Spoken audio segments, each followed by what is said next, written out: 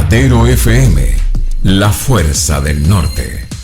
Y aparte de ese tema y otro que tiene que ver con lo que está ocurriendo en Osorno, pero la misma situación de lo que está ocurriendo en Osorno con el tema del agua potable permite desgranar otros trabajos de las empresas sanitarias de nuestro país, donde generalmente en este caso en Osorno fue una situación bastante grave que tiene que ver con el derrame de hidrocarburos en la planta de procesamiento de agua potable. Sin embargo, nos hemos encontrado donde el clima, quizás a veces una lluvia, ha generado grandes problemas también en la sanitaria. Entonces uno se pone a pensar en que reciben muchos recursos, todos los años ganan lucas, pero por otra parte dice, chuta, ¿cuánto invierten en mejorar las condiciones de las plantas? Llueve un poquito, eso por la sanitaria, porque no mencionemos las empresas eléctricas que con una llovizna se corta la luz. Sí. Bueno, es un punto claro, Enrique, que tiene que ver con nuestro Estado, y que nos preocupamos de estos temas muchas veces nos revolcamos, digamos, en la rabia o en la desilusión. Un Estado que es un Estado importante nuestro en el contexto internacional, claramente Chile, yo que visito países permanentemente, nos damos cuenta cuál es el reflejo que tiene nuestro país externamente. Sin embargo, tenemos grandes precariedades. Y una de nuestras precariedades es el Estado. Un Estado que ha logrado concesionar, por ejemplo, tenemos la sanitaria, la parte eléctrica, como se llamaba, pero con superintendencias que el Estado mismo se pone, lo pone como una necesidad de un registro y de un control de estas sanitarias, por ejemplo. Entonces uno se pregunta, cuando ocurren estas cosas, ¿qué hizo el Estado o sus representantes respecto a poder inhibir que pasen circunstancias como la que han pasado en los hornos? O la que tú señalabas, que se corte la luz a una mínima llovizna. Y yo creo que ahí tenemos mucho que hacer, ¿no? Fíjate que tal vez, Enrique, distinguidos auditores y auditoras, uno de las conclusiones que uno saca es saber, por ejemplo, hoy día no hay nada en la prensa ni en la televisión, no escucho los noticieros con interés. Bueno, yo leo a muchos colegas míos internacionales respecto a temas que tienen que ver con el pasar del mundo y del poder. Y yo me pregunto, Enrique, y quisiera llamar también esa reflexión a ti y a nuestros auditores, es saber y mirar cuántos oficios mandaron nuestros diputados, o la preocupación de nuestros alcaldes, o de nuestros concejales, o de nuestros cores, de nuestras intendencias, para saber qué pasaba con eso y qué podría ocurrir. Ahora hay un movimiento, están preocupados todos. ¿Te fijas? Pero así todo, no hay ningún recurso en ninguna parte, en ninguna municipalidad de Chile respecto a lo mismo. Si puede ocurrir esto, por ejemplo, hoy día en La Serena, en Coquimbo, en Antofagasta, o aquí donde yo me encuentro, acá en Arica. Perdón, Percial, pero eso da para pensar dos cosas. Dale. O realmente nuestros dirigentes políticos, sean concejales hacia arriba, no tienen ni idea o no saben la pega que están haciendo, o incluso da para pensar que reciben lucas de la sanitaria y de la empresa eléctrica. Que están coludidos. Y exacto. ese punto, Enrique... Aunque no ocurra, pero su silencio da para pensar cualquier teoría. Totalmente. No, ellos ante la transparencia tienen que poderse poner parches sobre la teoría y decir, yo estoy preocupado de esto, pues ya acá está mi presente. Pero oficios los oficios son un documento que un diputado tiene todo la potestad de la ley, se la da como poder legislativo para preguntarle a cualquier servicio público qué es lo que pasa dentro del servicio público, y el servicio público tiene que contestarle.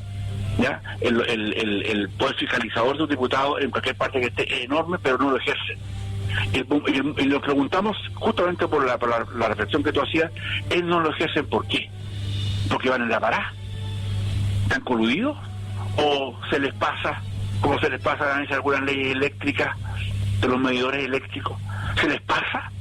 Entonces la pregunta que tenemos que hacernos es finalmente si nosotros como Estado ya estamos haciendo lo justo, lo necesario, lo obligatorio para poder prever este tipo de situaciones.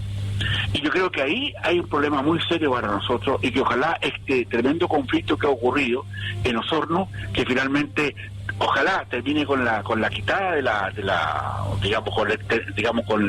con el término de la concesión a la sanitaria de Osorno, que se va a demorar, no importa, se va a demorar, pero que ya es un tema más largo probablemente, Enrique, pero cómo finalmente nosotros, el Estado, cauzona el interés ciudadano, y es ahí donde el Estado, representando por muchas personas, de derechas, de izquierda, de centro, ponle el nombre que quiera, porque eso es lo que menos importa, es saber si están haciendo lo adecuado. Y si esta desidia que finalmente lleva a dejar a 200.000 personas como nosotros, sin agua, sin aviso, porque podrían haber dicho, ¿sabes que vamos a tener agua en un mes, vamos a cortar el agua por 10 días para poder? No, sin aviso. ¿Te fijas? Esto reclama un interés, totalmente distinto de parte de las autoridades que han fallado. Entonces uno se pregunta, ¿de quién es la culpa? ¿De la empresa sanitaria?